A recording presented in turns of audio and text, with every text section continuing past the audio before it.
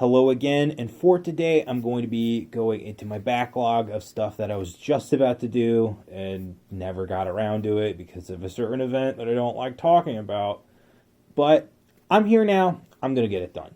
So I had this commentary idea I wanted to do. It was essentially just talking about why it is important to do your own research. Well, what is the thesis of this commentary? Essentially, it is that researching the truth is a critical element of forming a worldview. If you are at this position, if you have ventured to this side, if you've quote unquote taken the red pill, you're here for a reason. You're here because you found out that you were being lied to by a bunch of fucking corporate interests and neoliberals and globalists and progressives. And so, again, welcome to the conversation, as I say a lot for some reason now, stealing that shit from Lewis Black's character and Accepted. But essentially, you're here and you know that the other side is full of shit. So what do you need to do? Essentially, you need to do your own research. You need to do the research.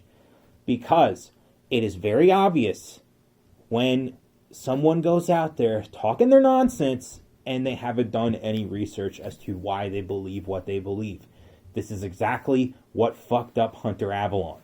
Hunter Avalon was a conservative, quote-unquote, commentator who is now a free thinker of a commentator, which essentially means that I just listen to what Vaush says because he blew my asshole out in a debate because I wasn't prepared for it. My God. That shit is still funny to me to this day, but anyway. You do not want to end up like Hunter Avalon, okay? You do not want to end up like this guy. And so what you need to do is learn how to research. Whenever you're in an internet fight, I find it always good to read whatever article the other person gives you, but this isn't really towards how I think or how I do research myself. This is just a kind of defense mechanism against these low effort attacks against your beliefs. What you got to do is read the article that people send you, because half the time they have not read the article that they send you and instead are just trying to shut you up with the title of an article. And so if you can find holes in that article simply by reading it, you know that you're correct and you know that this person is full of shit. So that right there is how you disarm any opponent in an internet argument. I hope you use that knowledge to your advantage. I've used it quite decently to my own, and it's really fucking fun to do it because these people have nothing. These progressives have no way to counteract that shit, and it's so funny to watch them suffer. But beyond that, what you should always do is if you're looking into a subject, you read the article, okay? You gotta read the article. Don't do what they do and just read the title and say, oh, this confirms my worldview. No, you have to understand exactly what the article is going over. Specifically, if it's like some kind of research document, you gotta be able to read everything. You know, read the abstract, read the thesis, read the conclusion, read the data. You gotta know what they're talking about, because if you don't, you then get made to look stupid. So you always gotta look. The second thing I would suggest you do is DuckDuckGo is your best friend. And why do I say only DuckDuckGo as a search engine when I have multiple backups of my work currently out there on the internet? Because I haven't really discovered any that work as well as DuckDuckGo. For right now, DuckDuckGo seems to be the most free speech and privacy secure internet search engine. All the other ones are tracking your data. You know, it's just very obvious. Google is definitely doing it. Bing is more than likely doing it. Ask Jeeves, is that still around? Probably does it to some extent. You gotta make sure that these people aren't monitoring you. You know, these Silicon Valley types cannot be monitoring your internet search history because they're going to try and influence you away from the truth. They're going to try and pull you back from their edge when in reality you are doing yourself a world of good by not accepting their worldview. And so you need to protect yourself online. And DuckDuckGo is your best friend in this case. So if you're going to go search for shit that is verboten, is not politically correct, not allowed, you got to do it through DuckDuckGo.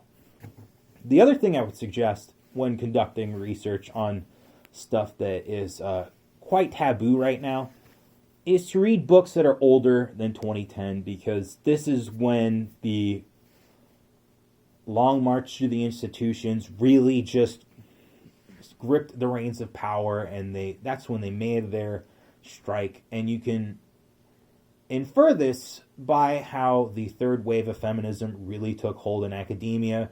This is when lots of people who were in the institutions, like Christina Hoff Sommers, were effectively shunned for disagreeing with things like critical race theory and all of that nonsense. But at the same time, books from beyond, or from before 2010 hit a little differently. They had a lot to say, I would say, against the neoliberal globalist world order.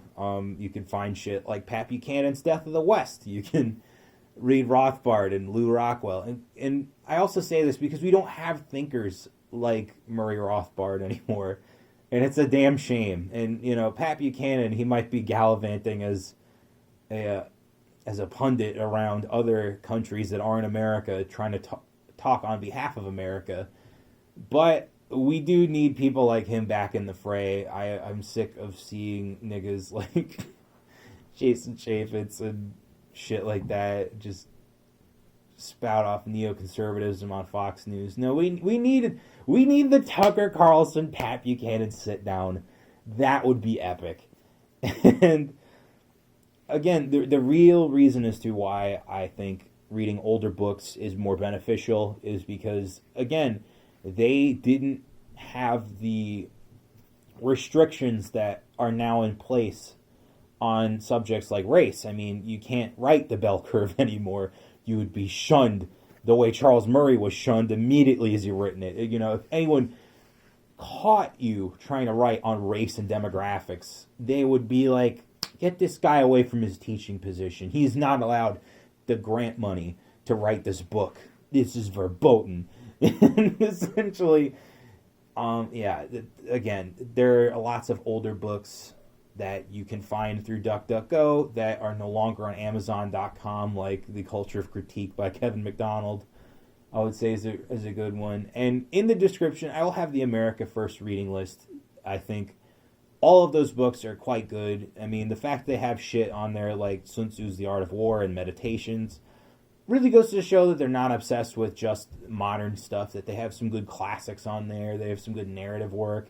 I might recommend a couple of things that, you know, just on narrative storytelling that you should read in the description on a non-Amazon link, if I can help it, because I think it is important right now, and also because I don't have an Amazon affiliate store, so I can't get any of that sweet, sweet cash. That you read some of these books, you read the classics, like you read some Edgar Rice Burroughs and Robert E. Howard, and you really read some of these more pulpy writers who understood the hero's journey really well and did some awesome tales in the process. And so, in conclusion, this is just my summary of how I conduct my own research and why I think it is beneficial for each and every one of you listening to this commentary to conduct your own research. Again, researching the truth is a critical element of forming a worldview. If you do not know how to research, you will be made to look a fool. So, in conclusion, if you do not do your own research, well, you better tread lightly because you will be caught with your pants down.